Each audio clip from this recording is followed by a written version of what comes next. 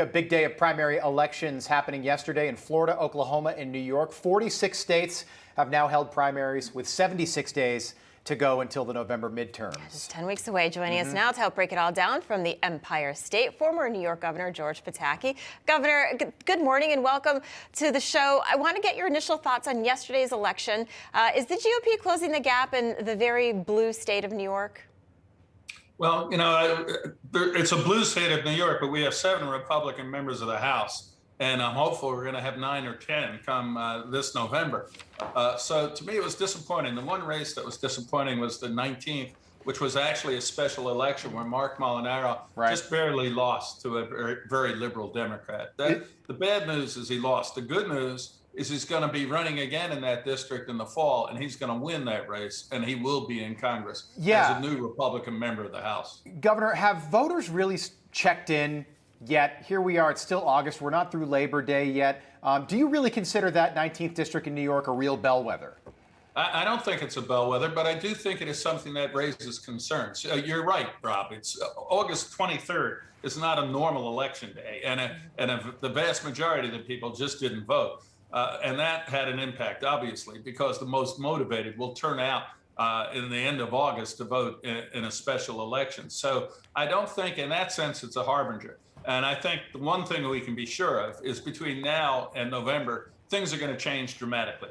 What's going to happen with the economy, which I have grave concerns about. I think between Biden's trillions in borrowing and his regulatory overreach and new taxes, we're going to see a real risk of the economy going into decline. And that's going to be a huge factor between now and November. But I do think it's a concern. We should have won this race and we didn't. So we just have to realize that we have to make sure our message resonates with not just Republicans, but moderate, central, independent voters as well.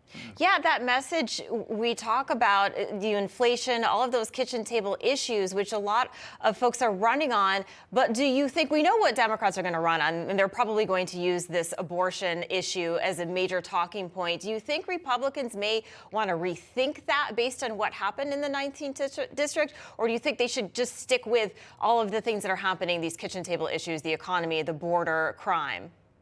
Well, you don't want to change your message simply because you want to win an election. You want to have a consistent philosophy, and the Republicans, I believe, do. So I think our message should still be about the economy, should still be about taxes. In New York State, it has to be about crime. But I don't think we can ignore the fact that abortion does resonate with a number of the voters who could vote for Republican candidates. And one point I think we could stress is that the Democrats are the extremists on this issue. In New York State, you can have an abortion up to 10 minutes before that child is going to be born. The vast majority of voters, including many pro-choice voters, think that is extreme. And yet it's the Democratic position. So if we are going to engage, we don't have to change our philosophy. We just have to point out that the extremists often, and certainly in the case of New York on the issue of abortion, are the Democrats. Yeah, do we see single-issue abortion voters with independents and moderates in the fall? That's the big question. To your point, Governor, about voter turnout, you look at that Carolyn Maloney-Jerry Nadler race in New York City. The voter turnout was terrible. I've never seen it like that. Jerry Nadler won. He got 45,000 votes in the biggest city in the country. So to your point, yeah, voter turnout was really bad. Governor, since we have you on, I wanted to ask about this. I know about your work in Eastern Europe. Today is Ukrainian Independence Day. Over 6 million Ukrainians have left that country over the last 6 months. You've been involved in the refugee crisis for a long time now. Tell us about that. Well, it's just really tragic what Putin has done in Ukraine. A country that was at peace all of a sudden invaded by this massive power from the north. And the United States finally is providing the munitions and the arms that we need. The EU has been way out in front in providing that assistance. But I'll tell you, Rob, one of the things that's disappointing to me, I've been to Ukraine since the war twice. My team has been there 4 times. We see virtually no indication of American humanitarian relief.